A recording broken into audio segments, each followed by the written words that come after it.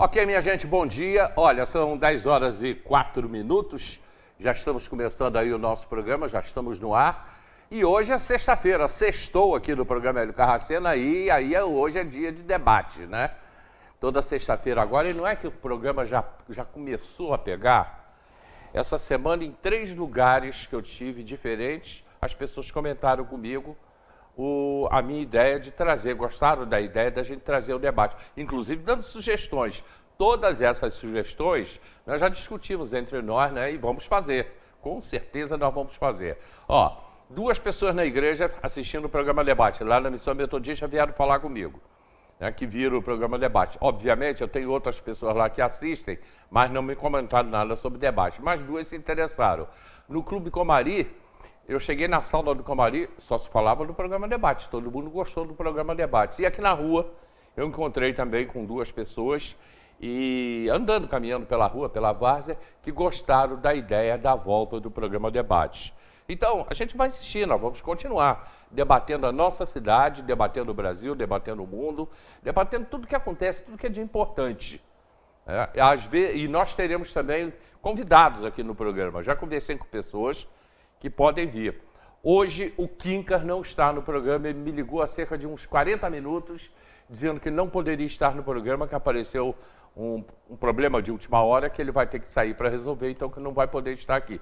Se ele tivesse me avisado antes, a gente teria aí, provavelmente, o Alexandre Paim, que é outro que vai participar com a gente aqui do programa também, Vanderlei Pérez, enfim. E outras pessoas vão estar aqui com a gente. Elza Pacheco, uma pessoa que eu também quero trazer aqui no programa, para a gente debater assunto de menores. Enfim, esse é o programa Debate que a gente começou aí 2 semanas já. Vamos para a 3ª semana e vamos ver o que vai dar, se realmente vai pegar. Eu acho que já pegou o programa Debate. Bibi, bom dia. Bom dia, Hélio. Bom dia, Faria. Bom dia, você aí de casa. Um prazer imenso estar aqui com vocês mais uma vez, né? Semana passada eu é que não pude estar, né? A gravidinha aí não teve um pico de pressão, mas está tudo bem. Então, vamos lá, programa Debate. Eu acho que já pegou também, viu, Hélio Faria? Eu ouvi muita gente me falando a respeito disso, ou através do Instagram, ou mesmo na rua. Então, é um prazer estar aqui mais uma vez. Nas redes sociais eu não vi. Mas também não procurei nada nas redes sociais. O Alex travou a imagem aqui para mim, tá tudo bem? Oi? Então tá. José Carlos Faria. Bom dia, Hélio. Bom dia, Bibi, e a todos que nos assistem. É um prazer estar aqui novamente para discutir problemas, assuntos, né, de interesse. Normalmente a gente fala de problema, né? Mas não só de problema, de solução também, né? É importante para a gente discutir essas questões e colocar posicionamento. Não quer dizer que aquilo tem uma direção. A gente só discute para que as pessoas possam entender, talvez esclarecer algum ponto de vista, de posição, quem é contra, quem é a favor de algum assunto. É uma discussão sadia. Eu acho que esclarece, isso que é importante. A nossa intenção é tentar ajudar a esclarecer. Isso é a imprensa, né? Normal, a comunicação é isso, e é importante hoje. A gente sem imprensa não conseguimos nem mais talvez sobreviver também, porque as coisas que a gente ouve no dia a dia, e normalmente a gente achava que aquilo não pudesse acontecer, e a imprensa coloca e a gente vê que é muito verdadeiro, coisa que a gente não acredita às vezes. Isso é verdade aí, a maneira como você colocou é exatamente assim. Gente, nos últimos dias, e é a notícia bomba de hoje, hoje nós vamos falar no programa, ainda aquecido aí o negócio dos mototaxistas. Eu tenho algumas informações novas e a gente vai conversar com vocês também sobre os mototaxistas, sobre essa ideia de mototáxi. Mas o assunto principal de hoje é a falsificação de diplomas. A Polícia Federal veio ontem a Teresópolis, e quando a Polícia Federal vem, é só com eles. A gente não sabe onde eles estão, para onde eles vão, não tem como. E a Polícia Federal veio ontem a Teresópolis, essa matéria já está nas redes sociais aí do Diário, e foi em 2 clínicas, com 11 mandatos de apreensão. Eu vou ver essa notícia para vocês, Vou ver essa notícia para vocês, vou passar essa informação para vocês, nós vamos também falar sobre esse assunto. Um esquema criminoso especializado em falsificar diplomas para o curso de medicina foi descoberto pela Polícia Federal nesta quinta-feira, ontem. Realizou para cumprimento de mandado de busca e apreensão em Teresópolis, Belford Roxo, Rio de Janeiro e Montes Claros, Minas Gerais. A investigação teve início após comunicação do Conselho Regional de Medicina do Estado do Rio de Janeiro, dando conta da existência de requerimento de registro profissional de médicos instruídos com documentos falsificados de graduação em medicina, notadamente diplomas e históricos escolares. A informação é que um dos estudantes acusado de utilizar o esquema fraudulento para se intitular médico, teria desembolsado cerca de R$100 mil para obter os documentos frios, entre históricos, registros escolares e o diploma. Estão sendo investigados pessoas físicas e jurídicas, incluindo 2 clínicas médicas. O Diário tentou com a Polícia Federal e o CREMERGE mais informações sobre tais estabelecimentos e pessoas em Teresópolis. A gente não teve respostas ainda, pelo menos até hoje, nós não tivemos respostas ainda. Nós temos aí um documento que a gente está mostrando aí para vocês, mas, obviamente, como a gente ainda não tem essas coisas, essa matéria, como ainda a gente não foi buscar todo o resultado disso aí, todas as informações, até porque a Polícia Federal ainda não soltou, a gente está mostrando para vocês aí o que nós conseguimos. O que a gente conseguiu. No final dessa operação foram 11 mandados de busca e apreensão. Em resposta à solicitação do Diário, o Centro Universitário Serra dos Órgãos, que mantém curso de medicina no município, ou seja, a Unifeso, informou que não há nenhuma relação do Unifeso com esta operação. José Carlos Faria. Olha, esse é um assunto que é o que eu tinha acabado de comentar, né? Que a gente não acredita na medicina, alguém exercendo a função de médico sem ser médico com um certificado, um diploma falso. É coisa difícil de acreditar, viu? E ainda eu prestei atenção nessa matéria, ela saiu também na grande imprensa, e como nós estamos falando agora, eu vi muito documento de pessoas com o endereço do estado da Bahia. E fiquei preocupado porque nós temos uma Unifeso, né, uma faculdade de medicina em Teresópolis, muito importante. Nós temos pessoas do país inteiro aqui, de vários estados, muitos estados, tem pessoas que estão em Teresópolis estudando medicina. E aí fiquei, claro que muito preocupado, mas quando eu vi não tem nenhum caso de certificado falso de Teresópolis, daqui. As pessoas de outros lugares estavam exercendo aqui. Isso serve de um alerta muito grande, porque o paciente não tem como saber se a pessoa é médica ou não, mas eu acho que a instituição que contrata tem que ver isso o mais a fundo possível, e você vê, não são pessoas assim, pessoa humilde, porque 100 mil não é fácil, e se alguém pagou 100 mil, alguém recebeu. Então, essa fiscalização da Polícia Federal, eu acredito que vai sair coisas aí para realmente culpar as pessoas que estão envolvidas. E 100 mil, é muito dinheiro, mas um médico com 2 matrículas, exercendo a medicina em 2 lugares, com 1 ano, ele resolve isso aí com um salário de 8 a 12 mil, que normalmente é o que um médico recebe por matrícula, para fazer plantão ou atender no consultório.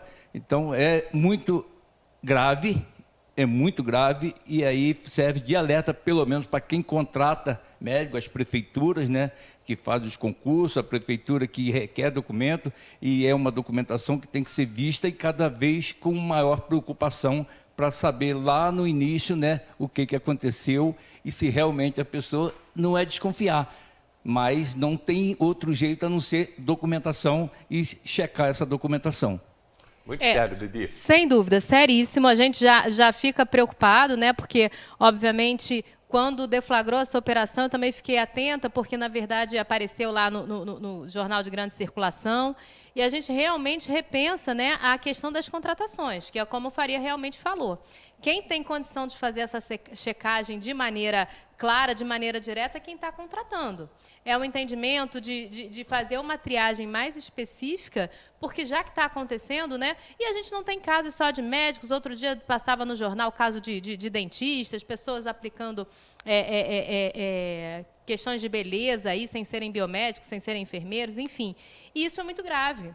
Então, como o Faria falou, né, essas pessoas, na verdade, não estão de brincadeira, pagar 100 mil reais, que a gente sabe até que vai ser retirado com os plantões e tal, mas não é pouca coisa, mas é a falta de responsabilidade com a vida, né? É a falta de responsabilidade de fato.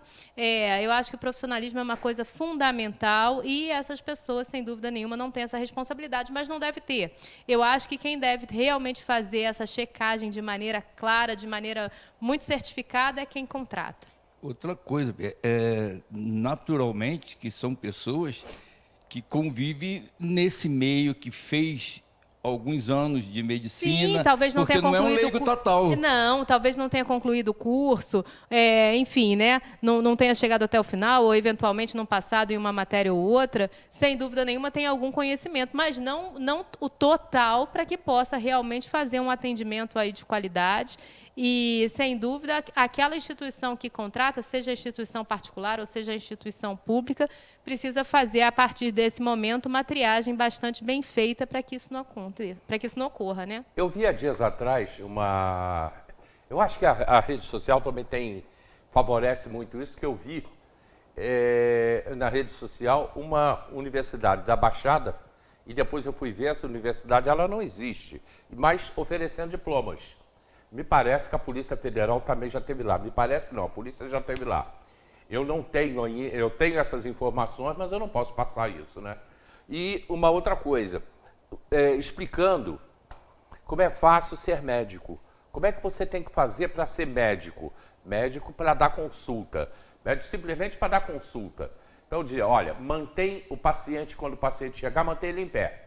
Não bota ele sentado, que é para poder ir embora rápido. Embora rápido. Eu vi esse rios aí até na internet, achei engraçadíssimo. Pois é, mas aquilo ali, se você prestar atenção, tem muitos lugares que você vai... Tem receita de pirona e fala que é virose. Então exatamente, você dá Não é isso? Olha, o que eu estou sentindo isso, olha, você vai tomar uma dipirona, isso é uma virose. E está resolvido o problema, tá? A preocupação, eu estou falando isso, que a gente passa por isso, tanto na vida privada como na pública, Sim, como a Bibi dúvida. colocou. A gente que, como secretário de administração, a gente contrata pessoas, os tipos de contrato, né, que uma prefeitura faz, por exemplo, chama uma pessoa que passou no concurso, e se passou no concurso, talvez não é tão checada a documentação, pede a documentação de praxe, mas não é porque já apresentou para fazer o concurso. Aí você chama, você não vai buscar esses documentos lá no fundo. Ele apresenta a documentação, você anota, apresentou certificado, apresentou identidade, apresentou CPF, apresentou a documentação que é necessária, endereço, essas coisas, você contrata ou fez o chamamento do concurso. E você não busca isso. A gente começa a ter que se preocupar dessa forma. Até buscar, fez o concurso, mas realmente... passou, realmente fez a faculdade, e também, serve de mais ainda, porque são muitas, e aí tem veterinário, tem a medicina com a sua variação de profissionais, de tudo, ortopedista, o cardiologista, todos, né, o pediatra, são muitos. Especialidade. E muita especialidade. E tem também outras profissões tão importantes, você tem... Essa da medicina está mexendo com vidas das pessoas. Então, você imagina uma mãe levar um filho, uma pessoa para tratar como médico que não é médico. Mas tem outras, você vê que isso acontece com advogados, contadores, né? Outra eu estou citando aqui, não é para macular, né? Mas é para preocupar, para a própria OAB ver essas questões, né? Porque às vezes tem pessoas, a gente vê de vez em quando em algumas reportagens, pessoas se intitulando daquilo que ela não é. Sem dúvida. Eu acho que a preocupação, de fato, deve ser na hora da contratação, porque não tem outra forma, e perceber, de fato, se aquele profissional está apto àquela função, né? Isso vai decorrer realmente também de um atendimento. Eu acho que essa coisa que você estava falando aí desse rios que passou na internet, da dipirona, da virose, né? É importante também uma triagem nos centros médicos, sejam privados ou sejam públicos, entendendo como é que esse profissional está recebendo esse cliente.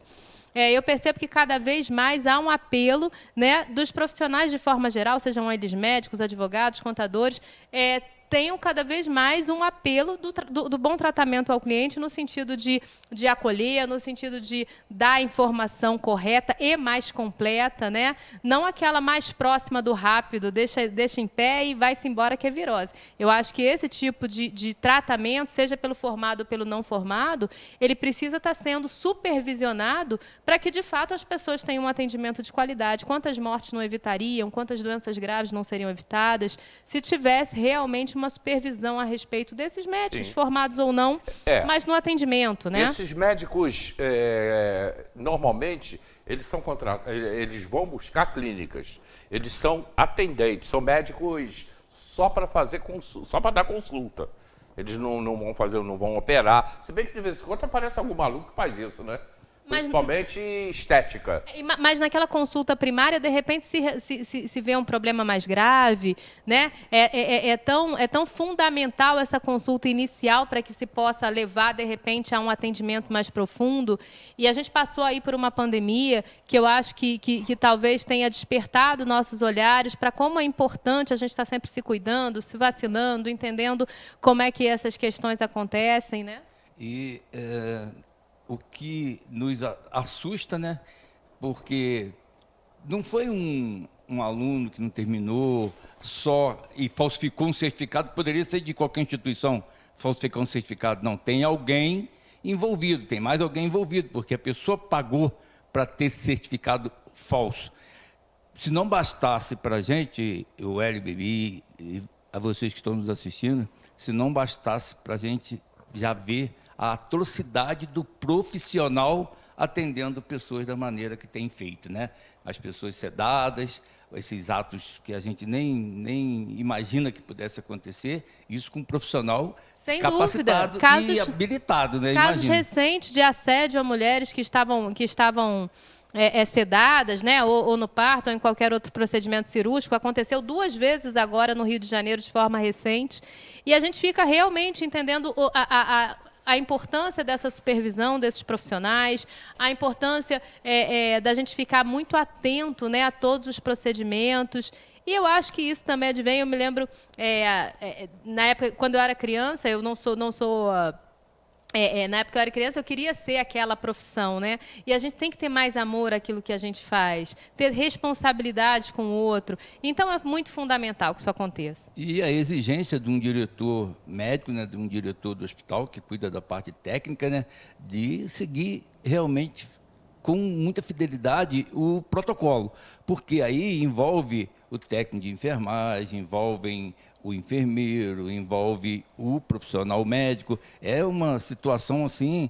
E esse caso, então, que a gente comentou, né, de parto, no momento mais pleno de uma mulher, ali da família, de pai, realmente, eu acho que eu não tenho condições assim, emocionais de isso acontecer com alguém próximo, porque isso a gente realmente fica muito chateado quando vê um profissional que estudou, que tem um ótimo salário, se vê numa situação... Não precisaria, teoricamente, desse apelo, né? É realmente muito triste, muito revoltante, mas serve de alerta, né, para que a gente fique realmente cada vez mais atento, para que os diretores médicos fiquem cada vez mais atentos, a equipe mais atenta.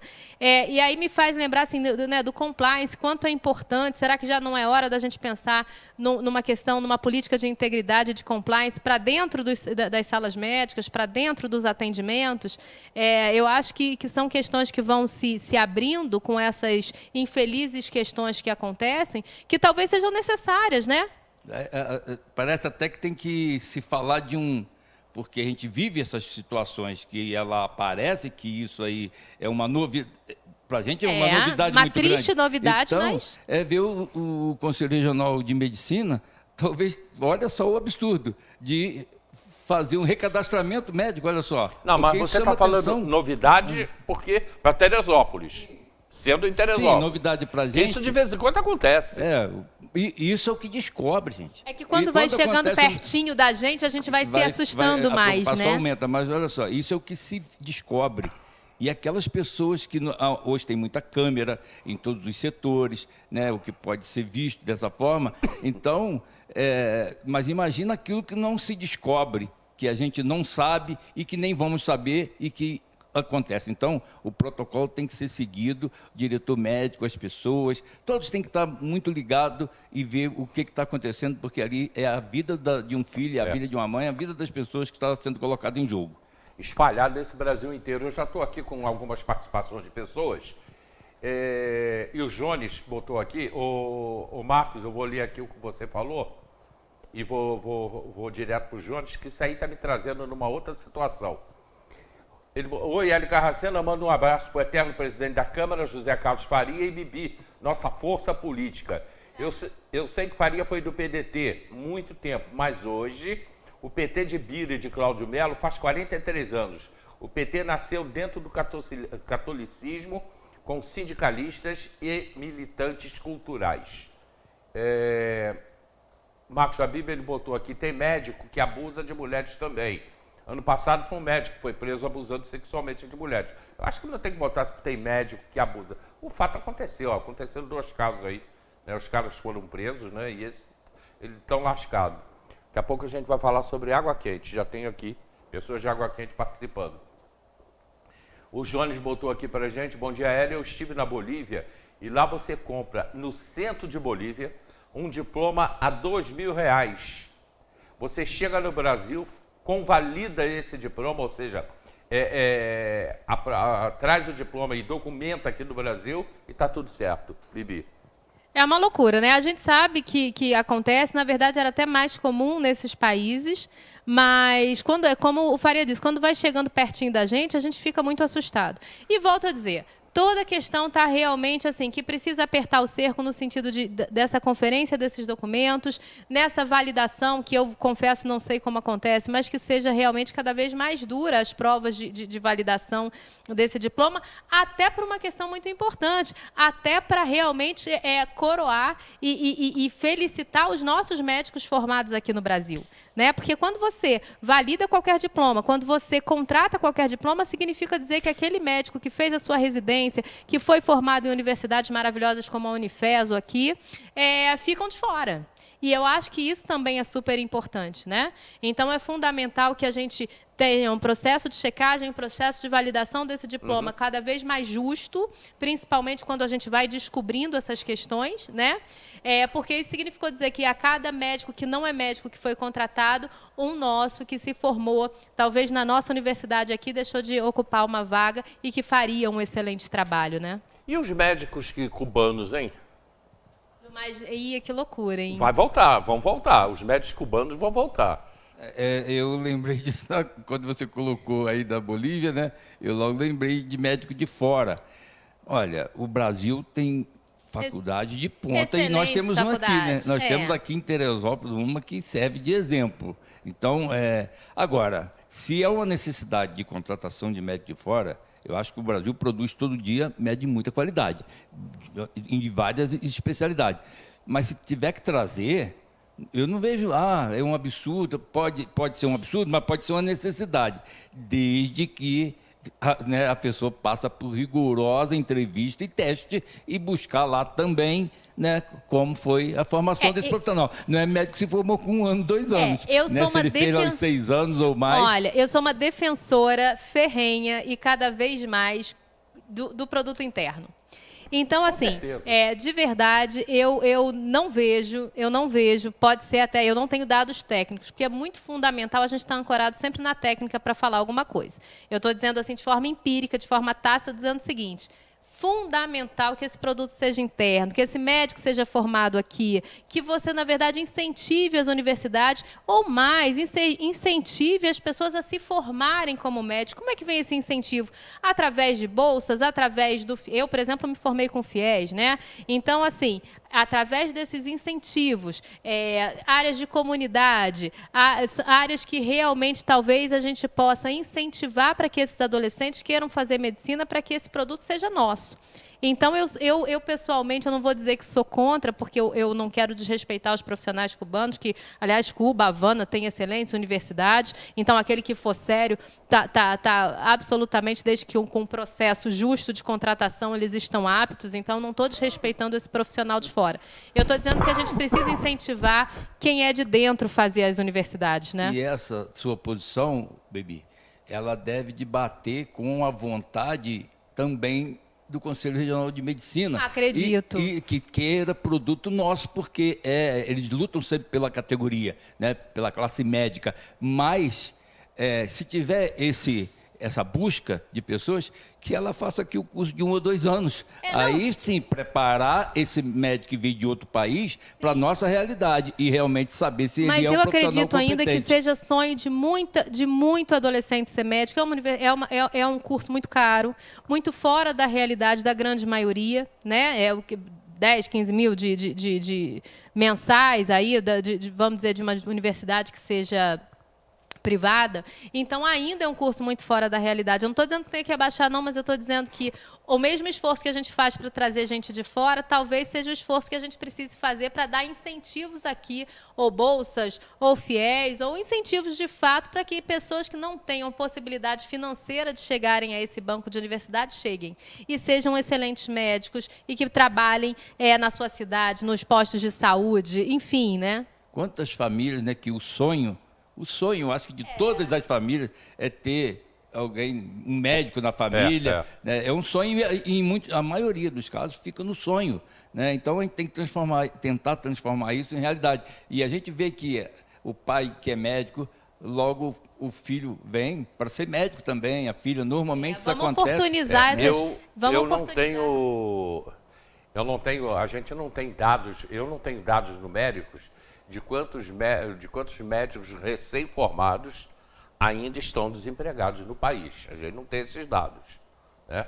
Mas Hélio, o médico consegue. Eu tenho um amigo que a gente trabalhou junto aí em 3 lugares diferentes, e que é uma família classe média, né? A mãe é professora na FES, é chefe da renal, lá para técnica, que estão formando 2 filhos médicos. Formou um agora no final do ano, já está exercendo, já está em 2 empregos, e o médico pode ter 2 matrículas, assim como na educação. Ele já tem as 2 matrículas, e se quiser, e consegue mais emprego. Eu tenho um engenheiro que é médico, ele trabalhou em Brasília, foi para João Pessoa, passou no concurso da prefeitura, já tinha se efetivado, resolveu voltar para o Rio, voltou para o Rio, com 15 dias já está empregado. O médico tem realmente, o médico não fica desempregado. Então, vamos dizer assim, então tem a vaga. O que está faltando é esse profissional.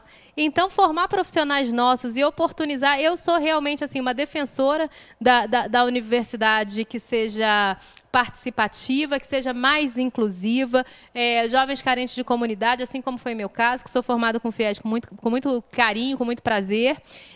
Enfim, e tem que oportunizar as pessoas, em primeiro lugar, da terra, para que elas possam chegar aos bancos de universidade. Digo Teresópolis, Brasil afora, não estou dizendo só daqui agora. A gente tem que oportunizar os nossos, porque emprego tem. Se tem emprego, está faltando profissional. Se está faltando profissional e a gente tem universidade aí, oportunizar. Fazer um programa de fato para que a gente consiga fazer com que esses jovens, ou de periferia, ou de comunidade, ou de classe média, porque realmente é uma universidade, é um curso muito caro, né? E eu acho que a gente precisa criar programas para que oportunizem esses adolescentes a chegarem lá. Eu provoquei, quando eu falei dos médicos cubanos, eu provoquei que eu sabia que eu ia ter retorno aqui no Facebook, e já tive. Já estão brigando com a gente, Já estão aqui. O Marcos Habib, ele começa assim: viva a Revolução Cubana. E ele coloca: Hélio Carracena, Cuba manda médicos para o mundo todo. O médico cubano vai para lugares onde muitos médicos não vão. Em Água Quente, a UBS teve um médico cubano que o povo sente saudades. Não sei nem sei se teve médico cubano lá. Mas eles vão porque eles já vêm de um custo. A vida lá em Cuba É muito difícil. é uma vida muito difícil. Para eles irem para qualquer lugar no Brasil é melhor do que viver em Cuba. E, Habib, não quer dizer, né? Não quer dizer também que a gente esteja desconsiderando o médico cubano e a importância dele. A gente sabe, como eu falei aqui, citei a Havana, enfim. Né? Eu não estou dizendo, a gente não está dizendo aqui contra. O que a gente está dizendo aqui é o seguinte: é tudo bem que vá para o mundo inteiro, mas nós temos grandes universidades e talvez muitos jovens que queiram chegar a esse curso e não tenham possibilidade. Mas ele coloca uma coisa que realmente é uma realidade, ele não está inventando, não. A procura é tão grande por médico. Sim, que a pessoa se forma, vai ficar em Teresópolis, vai ficar e na cidade que ele escolher. Vai ter médico. Então, às vezes, ele não precisa ir para o sertão, porque ele teve oportunidade em local, numa cidade que ele acha melhor, que ele tem a qualidade de vida é melhor. E isso proporciona ele, como ser médico, trabalhar nesses lugares. O que eu não entendo pessoalmente, Farias e Carracena, o que eu não concordo, o que eu não entendo, por que oportunizar de fora quando a gente pode criar dentro? Um programa específico para vir. Porque a gente tem médicos brasileiros maravilhosos que estão no Médicos Sem Fronteiras. Né? Então, assim, a gente tem outros programas e que os médicos daqui saem para cuidar da África ou de países que sejam menos favorecidos. Quer dizer, então a questão é por que um programa específico para trazer de fora e não um programa específico para oportunizar nossos jovens daqui? Essa é a questão. Perfeito. Eu vou dar uma passada aqui, eu estou em cima da hora de um comercial e a gente já vai mudar o assunto, mas só que o assunto está fervendo aqui no Facebook. O Bruno de Terê botou: a omissão é crime, Faria. E ele volta aqui, faz um outro comentário. Aí deixar de prestar assistência quando possível, fazendo sem risco. Mas a gente não falou de omissão. Não sei porque que o Bruno botou isso aqui. Artigo 135, ele botou o artigo todo enorme, né? A Lei 2.653 sobre maus tratos, condicionamento de atendimento médico hospitalar. Bruno, muito obrigado. Eu não entendi muito bem porque você botou essa lei aqui que a gente não chegou a falar, a gente não falou de omissão. O Marcos Habib bota um comentário também que a FESO tinha que ter preços mais populares. Quer dizer, tinha que ter preços populares. Elza Pacheco: bom dia, Hélio, Faria e Mamãe Bibi. Parabéns pelo debate. Podemos perceber que as mulheres são abusadas até quando precisam de atendimento médico. Muito triste isso. Medicina é uma coisa séria, se estuda muito. Meu filho é estudante de medicina e tem acompanhado-se que ele estuda muito para ser um bom médico. É muita responsabilidade porque vai cuidar de vidas. Bibi, ela falou aqui, a Elza falou sobre mulheres que são abusadas, né? Não, muito triste, né? A gente vê que a mulher ainda está numa condição de vulnerabilidade muito grande em variadas situações, né? Então, assim, realmente eu acho que a gente precisa estar sempre em rodas de mulheres, falando de mulheres. Ana, um beijo para você, né? Precisa estar se fortalecendo, porque em várias situações a gente ainda fica muito exposta e muito vulnerável. Então, esse respeito, né? Quando a gente ouve um caso como esse, é como o Faria falou, a gente não sabe nem como é que vai se comportar, né? Porque é uma coisa muito brutal e a gente não entende, com tanto avanço, com tanta tecnologia, com tanta informação, a gente ainda não entende como é que uma mulher possa estar exposta a um tipo de violência como essa. Que é uma violência fatalmente que ela vai lembrar para o resto da vida, né? E às vezes a mulher tem uma certa dependência, pensa muito no filho e começa com uma agressão verbal, chega a agressão física e isso vai virando uma realidade, às vezes, no convívio da pessoa e que a pessoa nem percebe a gravidade disso, fica com medo. Eu acho que é medo, a palavra é medo, né, receio de ir na delegacia denunciar, porque o vergonha, pai, né? O filho, vergonha também. De dizer que apanhou. Eu acho que tem que ir. A pessoa, hoje, eu acho que está tendo um rigor em cima disso, da prisão. Eu acompanhei agora, no final de semana, um caso de sumidouro, ali em Campinas, que é um lugar que eu conheço, que eu convivo com todo mundo. Eu vivia lá de casa em casa, com as pessoas. E, poxa, uma menina jovem, farmacêutica, né? Nossa, uma tristeza o caso. Eu não conhecia a moça, mas achei um horror. Infelizmente, me mandaram até vídeos, né, de um grupo que a gente tem, né, da menina. Poxa, assim, uma jovem, aí o a companheiro não aceitou essa a história ainda separação dá... e vai e mata assim na casa dela, aquele absurdo total, o negócio com a família, o desespero que é de uma família e não ter esse acompanhamento. Essa história ainda da mulher que é coisificada, ou seja, que é propriedade do homem, e acaba acontecendo esses feminicídios. Quem me conhece sabe que eu não sou aquela feminista, não, tem algumas pautas que realmente eu não me relaciono, mas essa pauta do feminicídio, essa pauta da mulher não ser coisificada, dela ter respeito profissional, sobretudo, que é fundamental, que a mulher seja respeitada no seu ambiente de trabalho. Já é difícil as variações salariais que existem entre homem e mulher no país todo, são quase 19% de diferença salarial. O respeito que ela deve ter, por exemplo, né, a gente está vendo aí os casos de violência obstétrica que também tem crescido no país afora.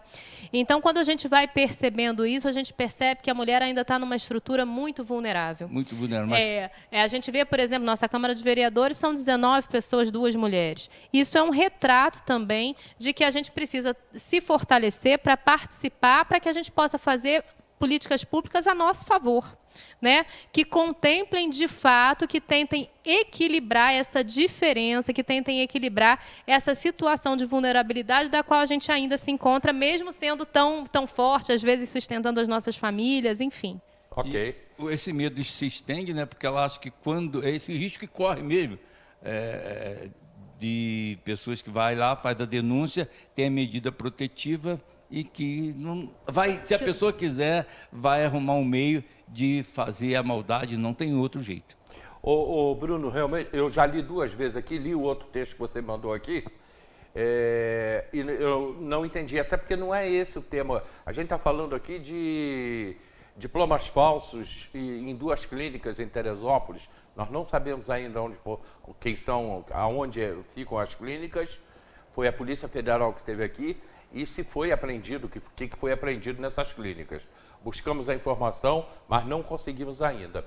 O que você está falando aqui é de omissão de atendimento, omissão de tratamento. Aí realmente falou sobre criança abandonada, criança extraviada. Eu acho que uma coisa não é igual à outra. Aí você botou aqui uma opção de leis que fala sobre omissão, superveniência de causa independente, bom, enfim. Tento explicar isso melhor que a gente fala do assunto aqui. Pessoal lá de Água Quente assistindo a gente e perguntando ao Faria sobre a situação de Água Quente que está muito abandonada. Hein? A situação de Água Quente lá, o pessoal realmente está muito abandonado. Eu vou para o comercial, na volta do comercial eu quero falar sobre um acidente de moto, mais um acidente de moto que aconteceu em Teresópolis. E tem imagens de um acidente aí assustador, né? Não foi em Teresópolis. E, atenção, eu quero falar de mototaxista. A gente vem falando sobre esse assunto. Qual é a real situação hoje em Teresópolis? Mototaxismo, ok? Não só Teresópolis, como Rio de Janeiro, São Paulo e por aí afora. Vida que segue, vamos embora, vou para o comercial. Supergasbras 2643-4497. Supergasbras tem a balancinha, aquela balança que você desconta do preço que ficou no fundo do botijão, né, o gás, e você ainda tem Pontos Mania. Obrigado, a gente volta já.